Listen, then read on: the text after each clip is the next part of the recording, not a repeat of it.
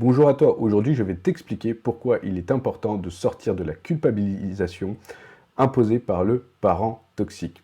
Tu portes un poids sur tes épaules qui n'est pas le tien, un poids invisible, un poids lourd, un poids qui t'empêche de dormir, qui t'empêche d'avancer, qui t'empêche de respirer, qui t'empêche de vivre tout simplement. Cette culpabilité est imposée par le parent toxique sur tes épaules pour te dominer, pour te contrôler, mais surtout pour te détruire, pour déconstruire la personne que tu es vraiment. Il est important de la comprendre pour t'en libérer. Dans cette vidéo, je vais t'expliquer comment l'identifier, comment un ex toxique crée artificiellement cette culpabilité sur tes épaules, comment cette personne fait en sorte de créer cette manipulation, ce mécanisme psychologique pour t'enfermer là-dedans, pour te dominer, pour t'épuiser et pour te contrôler émotionnellement. Et également, quelles sont les étapes concrètes pour sortir définitivement de cette culpabilité toxique imposée par cette personne dysfonctionnelle. Parce que tu peux penser que c'est une culpabilité qui vient de toi, qui est quelque chose qui vient de toi, mais au final, c'est quelque chose qui vient de l'extérieur et qui est très toxique pour toi. Donc déjà, la première chose, comprendre ce que c'est. En fait, la culpabilité toxique que tu ressens n'est pas naturelle. Elle est construite, elle est programmée, elle est induite, elle est totalement fabriquée par la personne dysfonctionnelle, car cette personne a besoin que tu te sens fautif. Fautif pour trois raisons. Déjà pour garder le contrôle sur toi-même. La culpabilité, en fait, affaiblit, fatigue, empêche de poser des limites, de se questionner, de poser des limites, en fait, simplement pour se faire respecter. Elle est là aussi pour masquer ses propres responsabilités. Plus tu t'accuses de quelque chose, plus, en fait, la personne toxique n'a pas à regarder de son côté. Elle est là également pour maintenir un avantage dans la séparation, dans la parentalité, pour justement te faire culpabiliser et que cette culpabilité devienne un levier stratégique pour s'en servir contre toi.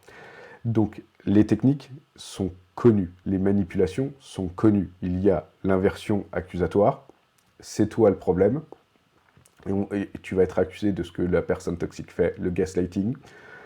Tu inventes tout, ça n'existe pas. La dévalorisation, tu n'as jamais été à la hauteur en tant que parent. La culpabilisation affective, à cause de toi je souffre car je suis loin, car je ne vois pas mon enfant, tout ça. La victimisation, regarde ce que tu me fais vivre, par exemple. À force de répétition, la personne la plus solide finit par douter. Il faut avoir une grande résilience pour résister à cela. La culpabilisation devient une prison invisible pour t'enfermer dedans. Pourquoi? Parce que tu es sa cible. Les parents sains tombent parfois dans cette culpabilité toxique. Elle est enfermante. Il faut déjà la comprendre. Pourquoi tu es sa cible? Tu es la cible en tant que parent sain et parce que tu es une personne empathique, responsable, loyale, capable de questionnement, d'introspection et capable de te remettre en cause. Tu penses justement qu'il faut aller de l'avant. Tu veux éviter le conflit. Tu es habitué à porter les choses sur tes épaules. Donc, tu es une personne bien, un parent bien et responsable. Ce type de parent sain est l'opposé du parent toxique. C'est pour ces raisons et ces qualités, justement, que le parent toxique t'a choisi, en pensant également que tu allais te soumettre rapidement à son dictat. Mais tu ne t'es pas soumis à son dictat, et donc tu as été accusé d'avoir un caractère. À ce moment-là, il faut te soumettre par la culpabilisation. La personne toxique utilise cela pour justement créer un trouble émotionnel chez toi. La culpabilité, une fois qu'elle est entrée dans ta tête et dans ton cœur, est une arme contre toi. Comment la culpabilité va s'installer dans ta tête, dans ton cerveau? Il faut déjà comprendre cela et comment en sortir. Il faut comprendre le fait que c'est une arme psychologique toxique qui va fonctionner en fait comme une arme émotionnelle contre toi. Chaque accusation va être répétée, activée dans ton cerveau, répétée, répétée. Et cela va activer dans ton cerveau, en fait, une fatigue, une peur d'être abandonné, que tu vas avoir peur de perdre ta force, que tu vas avoir peur de te fatiguer, et tu vas te sentir responsable. Et tu vas te dire, si la personne souffre en face de moi, c'est alors ma faute. C'est la vérité. C'est ma faute. Je dois me remettre en question, mais de toute façon, je vais m'épuiser.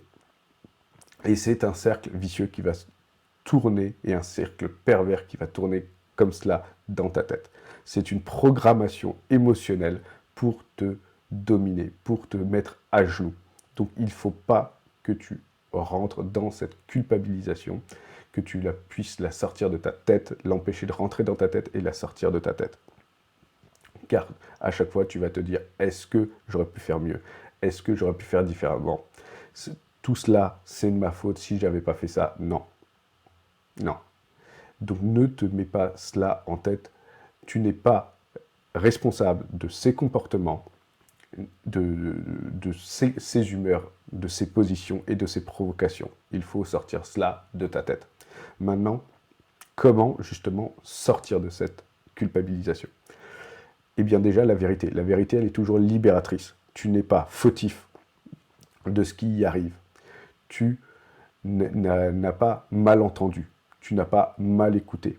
Tu n'es pas responsable des comportements de cette personne dysfonctionnelle. Tu n'es pas responsable des blessures de la vie de cette personne dysfonctionnelle. Tu n'es pas responsable des manipulations de cette personne toxique. Tu n'es pas responsable du chaos émotionnel que cette personne toxique crée autour de toi et autour de cette personne. Tu n'es pas non plus responsable des maltraitances qui sont faites autour de toi par cette personne toxique.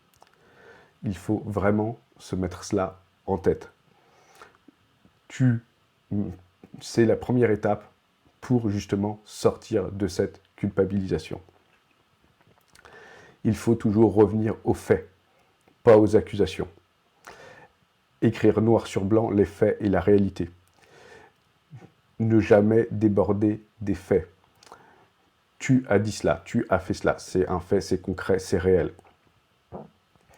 Tu n'as pas à te demander, mais si je devais faire ça, si j'ai fait ça, c'était autrement. Là, tu vas culpabiliser.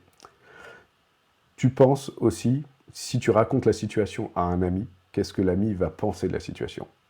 Tu n'as pas à te rendre coupable d'une situation qui n'est pas la tienne. Dans 99% des cas, tu n'es pas responsable de la situation.